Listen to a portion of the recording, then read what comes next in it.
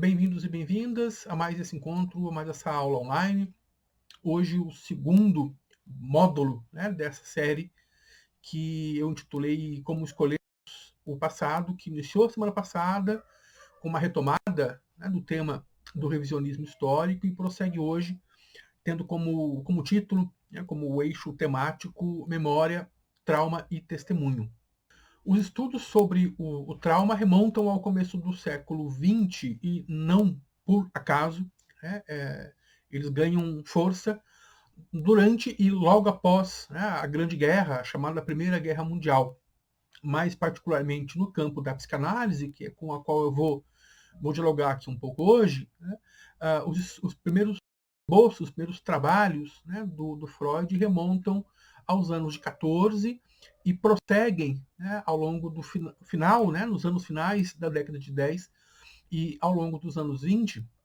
e tomam justamente como referência, a experiência, dos soldados que voltavam, né, dos campos de batalha, como diria o Walter Benjamin, né, um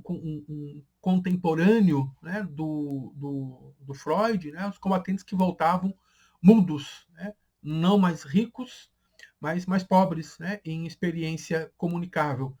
Foi, em parte, para entender isso que o Benjamin chamou, né, de empobrecimento da experiência, essa mudez, né, de que fala o filósofo alemão, que o Freud se dedicou e passou a investigar, né,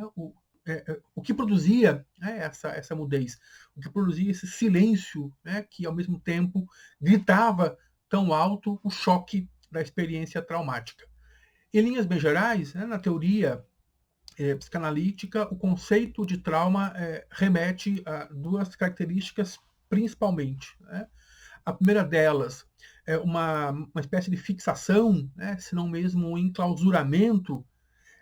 em determinado aspecto ou acontecimento do passado, e aquilo que o Freud chamava de uma repetição neurótica, né, dessa experiência passada, que altera profundamente a relação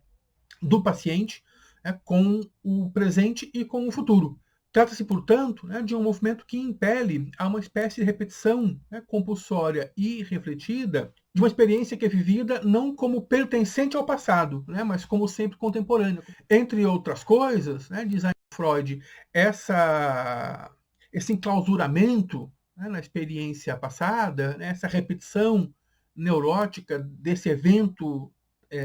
traumático, dificulta a comunicação, né? Dificulta a capacidade de comunicar pela linguagem a experiência traumática. Porque, de acordo com a psicanálise, né, o ato mesmo de atribuir um sentido e um significado à experiência pela linguagem, pela comunicação, pelo discurso, enfim, pressupõe um certo distanciamento. E essa fixação neurótica no presente justamente interdita a linguagem e a capacidade de, pela linguagem, atribuir um sentido e um significado a essa experiência. E de que modo é possível deslocar essa discussão para uma reflexão sobre a história. A gente pode falar de uma memória traumática que não seja, ou que não diga respeito apenas, a uma experiência vivida individualmente. Em outros termos, a gente pode falar de uma memória traumática a partir de acontecimentos e de eventos históricos. Uma primeira observação, é a se fazer de que as suas memórias, mesmo que vividas individualmente, mesmo que experimentadas individualmente, elas são partilhadas, elas são construídas socialmente e partilhadas socialmente. Nenhuma memória é inteiramente individual, porque boa parte do ato de lembrar passa, pressupõe essa partilha da lembrança. Nós lembramos acionando experiências que são partilhadas socialmente, que são construídas socialmente, seja por meio de trocas de impressões e de lembranças, a lembrança de um ajuda na lembrança de outro, seja por conta daquilo que um autor chamou de suporte da memória. Nós lembramos, mesmo que essa lembrança diga respeito a uma experiência individual, nós não raro lembramos recorrendo e acionando suportes, fotografias, filmes, nomes de rua, lugares e etc., que dão sentido e forma a nossa própria memória. Se a gente pode afirmar que memórias também são vividas e percebidas e significadas individualmente, nenhuma memória é inteiramente individual, né? Há uma interdependência, né, entre o ato de lembrar, né, que é individual, e a memória social, ou a memória socialmente construída, mediada, né, essa relação de interdependência por aquilo que o Ricoeur chamou justamente de partilha da lembrança. Por outro lado, há algo de específico, né, na memória traumática. Né? Uma das especificidades, né, do trauma reside justamente, né, nos efeitos tardios, né, que ele produz, que são difíceis, né, se não mesmo, em alguns contextos, impossíveis, né, de controlar e dominar plenamente. Do mesmo modo que na experiência individual, clínica do trauma, né, também quando eu penso o trauma como uma experiência histórica, eu falo de experiências que interditam a narração, né, que dificultam sociedades presentes, né, de confrontarem o seu passado, né, confrontarem, superarem o seu passado e, mais precisamente, essas experiências que a gente chama de traumáticas. Sejam elas, a experiência do Holocausto, né, que também não por acaso, né, foi a partir das memórias de sobreviventes dos campos de concentração que se constituíram, os estudos sobre o trauma, sejam experiências outras, né, e aí a gente sempre volta aqui no contexto da América Latina, né, as ditaduras e as experiências de terror, né, que foram vivenciadas, em especial nos anos 60 e 70, mais recentemente, pelas sociedades latino-americanas, que são também, a seu modo, experiências traumáticas, porque de difícil comunicação e de difícil superação. Então, o trauma é, ao mesmo tempo, uma experiência estruturante, né, e que perpassa diferentes temporalidades, alcançando diferentes gerações, e paradoxal, né, porque ele como que oferece um passado que não pode ser nem esquecido, ao mesmo tempo não pode ser acessado, não pode ser lembrado. A questão que se coloca, então, é como narrar essas experiências, né? Como narrar o inenarrável, como comunicar o incomunicável. Né? Em um texto do final dos anos 40, né, o Adorno, um intelectual alemão-judeu, exilado da Alemanha nos Estados Unidos logo depois da ascensão do nazismo, cunhou a expressão, né, segundo a qual escrever um poema após Auschwitz é um ato bárbaro. Óbvio que não se pode tomar Adorno ao pé da letra. Então, mais do que negar a poesia, o que o Adorno reivindica, aquilo para que ele chama a atenção, é para a necessidade, né, de buscarmos outros mecanismos, né, para que a linguagem possa comunicar essa experiência extrema, essa experiência limite, que é a experiência, ou que foi a experiência do Holocausto. No campo da história, mais precisamente, né, as dificuldades que se apresentam são várias. A primeira delas é a tensão produzida entre a história e a memória. Né, ao longo do século XIX e durante uma boa parte do século XX, a história como disciplina, como um campo disciplinar autônomo, se constituiu justamente em oposição à memória, reivindicando, né, um grau de objetividade, um grau de cientificidade, um grau de verdade, né, que a memória não podia oferecer. O passado, o evento traumático, tensiona essa relação, entre outras coisas, porque ele implica a perda, né, dessa posição privilegiada que a história reivindica em relação ao passado. Né? Essa distância temporal, né, que para muitos historiadores e muitas historiadoras é condição mesmo do fazer histórico, né, da escrita da história, se torna muito mais delicada quando o que está em jogo, quando o que está a ser narrado é a experiência traumática, porque ainda que distante no tempo, né, no tempo cronológico, né, no tempo acontecimental, esse passado, como eu comentei ainda há pouco, é vivido e sentido como uma experiência sempre presente. É um passado que não passa. Né? Então, esse tensionamento dificulta, né, essa reivindicada distância temporal que tem sido, durante muito tempo, a condição mesmo da narrativa, da operação historiográfica. Porque, entre outras coisas, né, essa temporalidade do trauma, né, essa repetição do mesmo, né, esse enclausuramento, né, nesse passado que não passa, faz com que o trauma, faz com que o tempo do trauma seja incompatível, né, com o tempo da história. Porque entre outras coisas, implica uma espécie de colapso, do presente, impondo esse passado que é, como eu disse, vivido e experimentado como um acontecimento sempre presente, sempre contemporâneo. Um dos caminhos, para se contornar essas muitas dificuldades tem sido, e isso não vale só para a história, vale para outros campos das chamadas humanidades, que se debruçam de um modo ou de outro sobre o passado, sobre o tempo, sobre a experiência humana, enfim, tem sido a importância conferida ao testemunho. E o quanto a narrativa testemunhal, a memória e a narrativa testemunhal, permitem apreender o caráter trágico dessas experiências passadas, nem sempre capazes de serem captados e narrados por discursos que operam em limites muitas vezes estreitos, muitas vezes rígidos, como é o caso do próprio discurso narrativo historiográfica. Então, a narrativa testemunhal, ela opera também numa tensão entre a necessidade de dizer, de fazer lembrar, e a dificuldade, no limite, a impossibilidade de narrar essa mesma experiência. Um tensionamento que, entre outras coisas, traduz a dificuldade de narrar o sofrimento pessoal em conceitos ou num vocabulário, vamos chamar aqui de universal, e ao mesmo tempo a dificuldade que tem a testemunha de lidar com a própria sobrevivência.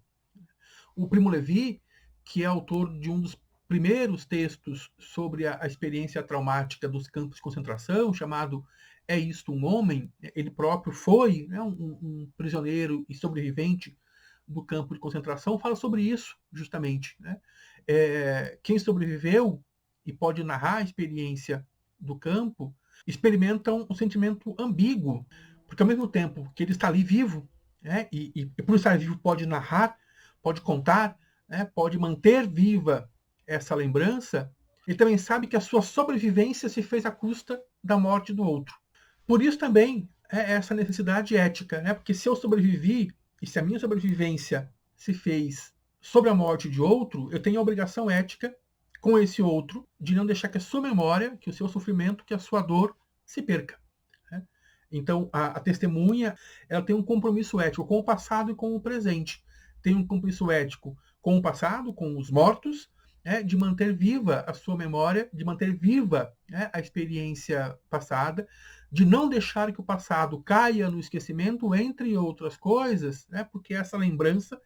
ela é uma condição necessária para que esse passado de violência, para que esse passado de tragédia, para que a catástrofe não se repita. E aqui entramos, para começar a encerrar esse encontro, numa seara que é a de tentar entender o que significa ou como opera esse testemunho. Porque se nós concordamos com Adorno e com outros tantos depois dele, que narrar o inenarrável pressupõe construir, buscar uma outra forma de linguagem, e isso impacta, inclusive, na própria narrativa historiográfica entendida, e essa narrativa como aquela resultado do que o Michel de Certeau chamou de operação historiográfica, o que significa lidar com esse passado desde o ponto de vista historiográfico. Ou, dito de outra forma, como narrar uma experiência de dor e sofrimento que a historiografia nem sempre é capaz de representar. Pensar o testemunho implica pensá-lo a partir de duas perspectivas que são complementares. A primeira, a ética, diz respeito a esse esforço de evitar o que a gente pode chamar aqui de uma musealização do ocorrido. Entendida essa expressão, musealização, num sentido muito tradicional da palavra mesmo. Ou seja, um esforço por evitar que o passado reste fixo, monumentalizado, sacralizado e, portanto, já não mais acessível. O que a memória e a narrativa testemunhal empreendem é justamente esse esforço de manter o passado ativo no presente. É esse compromisso ético com os derrotados, esse compromisso ético com os mortos. E quando eu falo de uma dimensão estética do testemunho, eu me refiro a um segundo movimento, igualmente caro e fundamental, né, que é tentar entender o quanto, justamente porque a linguagem, ou as linguagens mais tradicionais, né, entre elas a da historiografia, nem sempre são capazes de aprender, né, e de expressar, né, de representar de modo sensível, né, a experiência da dor e do sofrimento. É preciso que, ao real da experiência passada, né, se articule, se sobreponha a capacidade de imaginação. É por isso que, não raro, né, as melhores narrativas, mais sensíveis, as mais comoventes, aquelas que melhor expressam, né, a dimensão trágica dos acontecimentos traumáticos, nos chegam por meio de uma operação de ficcionalização do passado. Eu falo em ficcionalização, né, quando eu remeto à ideia de ficção, eu a tomo como um ato de transgressão com a linguagem, né, porque subverte a linguagem comum, mas também um ato de transgressão com a própria ideia de realidade, né, porque subverte a realidade, amplia a realidade e a compreensão que nós temos dela. A ficção permite ver o mundo empírico, aspectos do mundo empírico, do real, né, a partir de uma ótica que não pertence a esse mundo, mas ao mesmo tempo autoriza que nós vejamos, né, desse mundo, que nós vejamos do real aspectos, condições, características, né, que escapam e que não são perceptíveis pelas demais linguagens. Cito uma vez mais Paul Ricoeur, né, a ficção, diz ele, né, tem o poder de provocar o que ele chama de uma ilusão de presença. A ficção dá olhos ao narrador horrorizado, olhos para ver e olhos para chorar. O quase passado da ficção torna-se assim o detector dos possíveis ocultos no passado efetivo. Nesse sentido, a ficção é ela que nos aproxima, né, desse passado traumático e permite que nós lidemos melhor, né, com essa tensão entre passado e presente de que eu falava ainda há pouco. E isso vale para as experiências traumáticas mais próximas, né, no tempo e no espaço, quanto do Holocausto, né, experiência ao mesmo tempo emblemática e paroxística, né, dos muitos traumas, né, que atravessam a história do século XX. Os exemplos são muitos, né, na literatura, né, o Primo Levi, já mencionado, e o Robert Antelme, na poesia, né, o Paul Celan, e mesmo a linguagem ficcional, né, para muita gente ainda identificada com a cultura pop, como é os quadrinhos, né, produziu, né, narrativas testemunhais, né, de uma sensibilidade ímpar, né, como é o caso do Maus, né, do Art Spiegelman, uma das grandes obras de quadrinhos que articula duas memórias, duas experiências de memória, né, a de um pai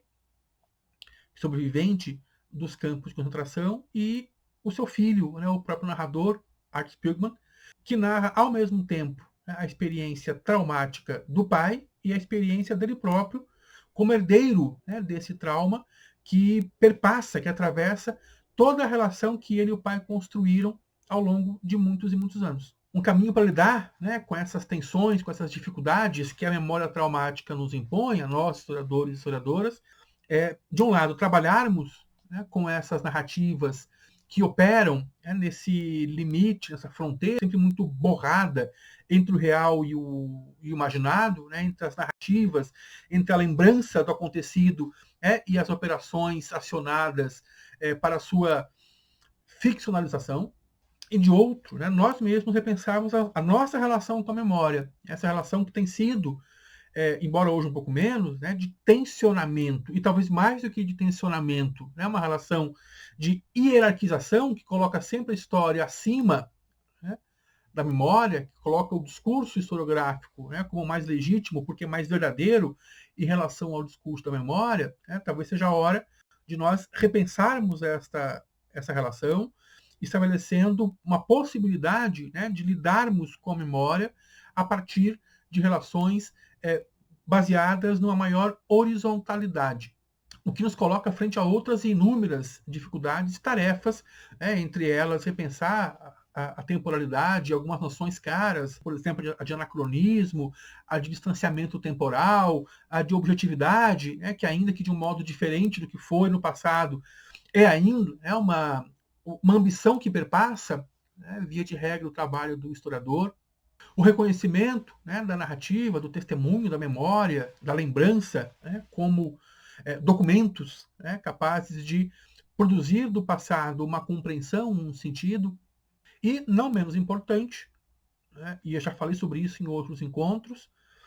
a busca constante, né, de outras formas, de outros suportes, de outros meios de comunicar os conteúdos do passado. Reconhecer que, ao mesmo tempo que a linguagem, que a narrativa historiográfica compreende um conteúdo que é informacional, ela não pode abrir mão também e igualmente, né, da sua dimensão performática. E eu encerro então com uma citação, né, de um dos principais estudiosos do tema aqui no Brasil, que é o professor Márcio Seligman Silva. Aquele que testemunha sobreviveu de modo incompreensível à morte. Ele como que a penetrou. A literatura, e eu abro um parênteses aqui, né, a ficção, articula de um lado a necessidade premente de narrar a experiência vivida, do outro, a percepção tanto da insuficiência da linguagem diante de fatos inenarráveis, como também, e com um sentido muito mais trágico, a percepção do caráter inimaginável dos mesmos e da sua consequente inverossimilhança. É isso. Até a próxima semana. Fiquem em casa, se cuidem e vida longa e próspera.